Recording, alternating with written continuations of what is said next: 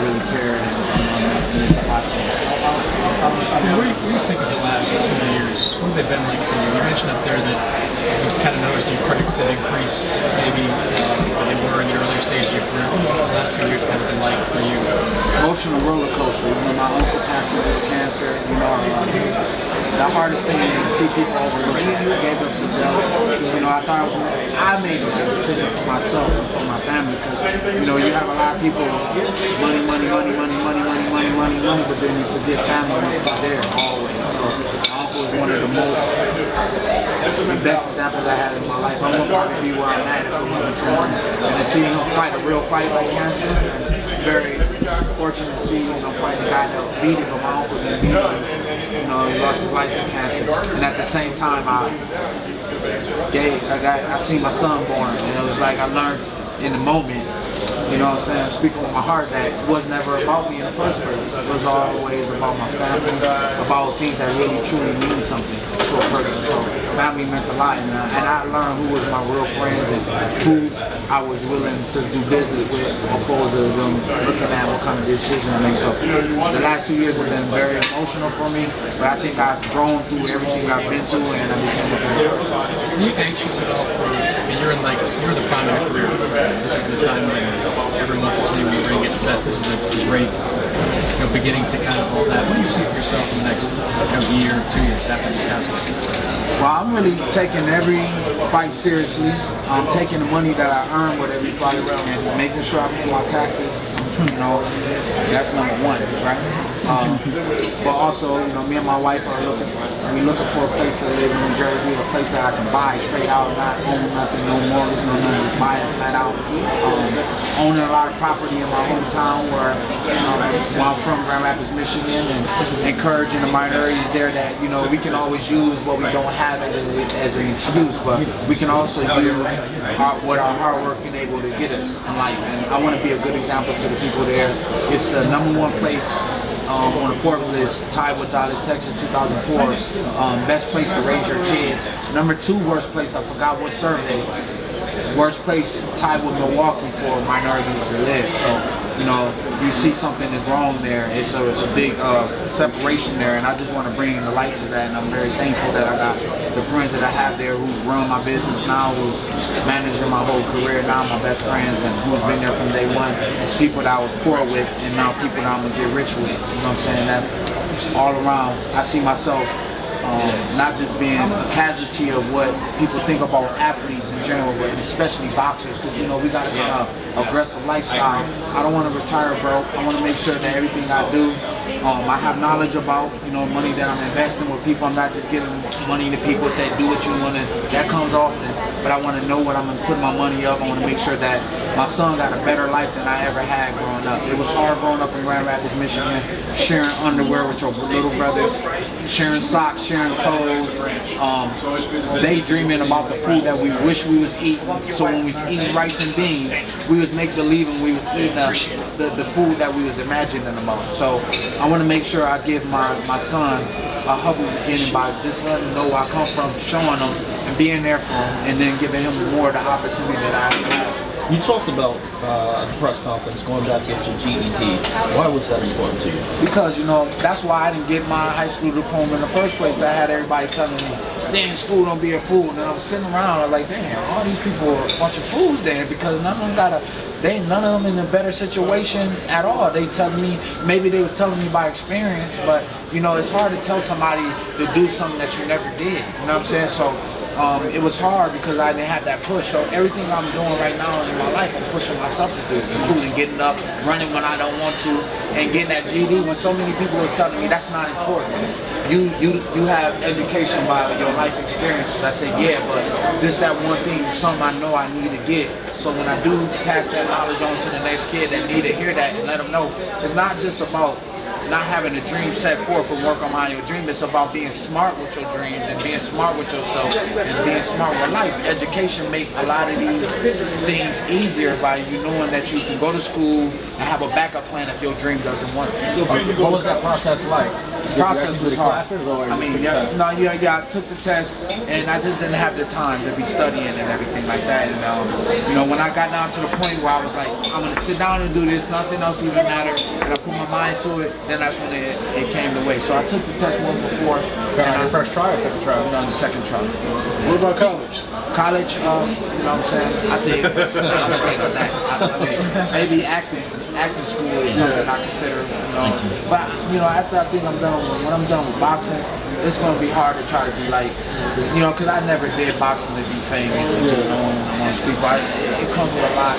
I don't think I want to set forth my life being that way. I think I want to just go fishing with my best friend. Have a simple life, watching my son, have a soccer game and, enjoying life like that. Maybe some online classes. Yeah, well, I did William Esper School. I studied the Meisner technique here for my last camp. It was very encouraging to me that I could be able to do whatever I put my mind to. I could have been whatever I wanted to play. I never played baseball, always wanted to. I just did it. Wanted to play soccer, never played it. What's the big criticism of you that's bothered you the most? I mean, first of all, like fights. The biggest fights is two people ahead of me right now, and that's Gennady Golovkin and Miguel Cotto. People want to see those fights happen. And I feel like a lot of those fights are out of my power to make. I won't fight Gennady Golovkin, especially when there's money lined up. You know what I mean? I got the best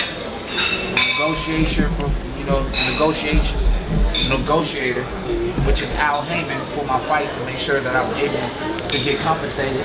I didn't come in the game and pick and choose who I should fight, this and that. I learned that it was a business and people make money from this and they feed their families and it's all different. So I never went on record and said all the people that turned me down or this guy turned me down. I just learned that it was business. Everything ain't at the right time. And, for me, like I said, being smart with the fights and outside of thinking like a fan, I don't think like a fan. A fan is supposed to think the way they do, and I respect that because everybody's entitled to have their opinion. But I never came in the game to be saying I'm not going to fight him.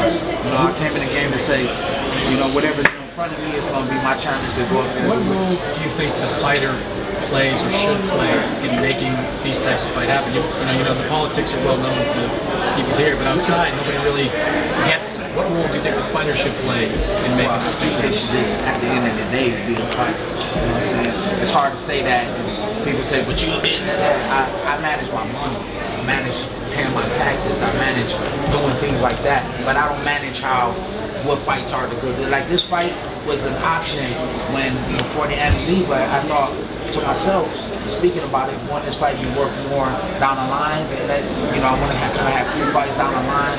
Maybe get this guy. Maybe we looked at a David Lemieux. What guys are going to be available? Boom, boom, boom, boom. And Andy Lee came, and then I had to settle with the draw. And I don't know if this fight was possible, but then it was, and then we made it happen. You know what I'm saying? And I think that's how the fights are being made. It's not being made. What about this fight? Can this fight be go? A lot of people don't want to do business with Al because he's fair to the fighter. Why you hear a lot of the reporters, a lot of the people that did business with Al talk bad about him but you never hear a fighter talk bad about him. All the fighters you ever work with, including Andre Durrell, who basically went his own way for a minute and then ended up coming back to Al. You know what I'm saying? But it just goes with the game. So I just don't try to get so emotional about it. And I just know whatever's going to be available. I have a big belief in God, you know what I'm saying, that everything that's supposed to be meant to be happening is going to happen for me, just the way it did.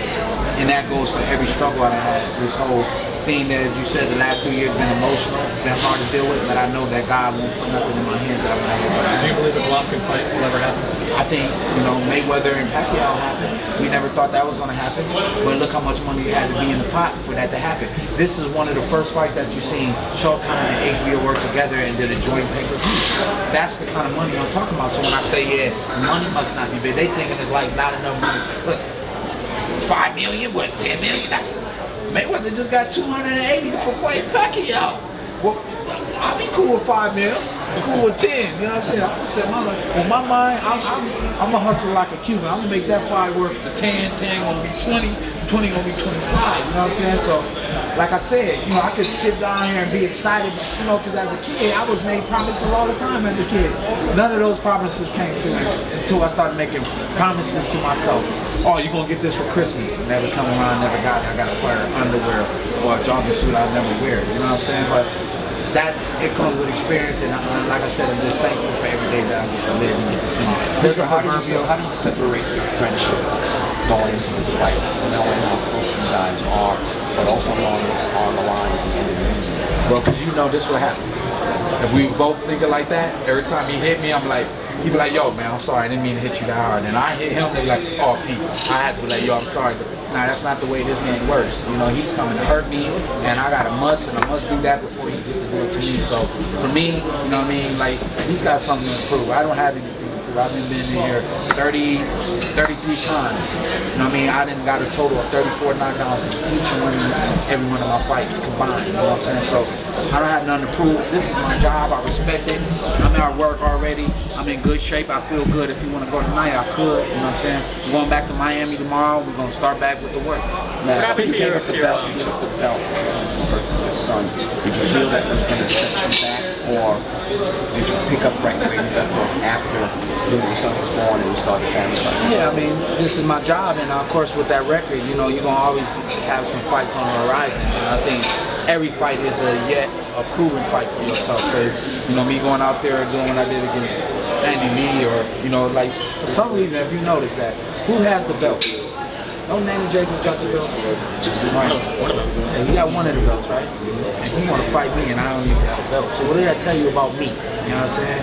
It tells you that I got something that these guys want, and I'm not going to try to understand what that is. I just know that I'm gonna work hard, I'm gonna do what I got to do to make sure my kid is good, and I'm able to play with him. When you look at Danny, what stands out about his style and the things that you see as you take advantage of? I see he got a big ass chin. I see that.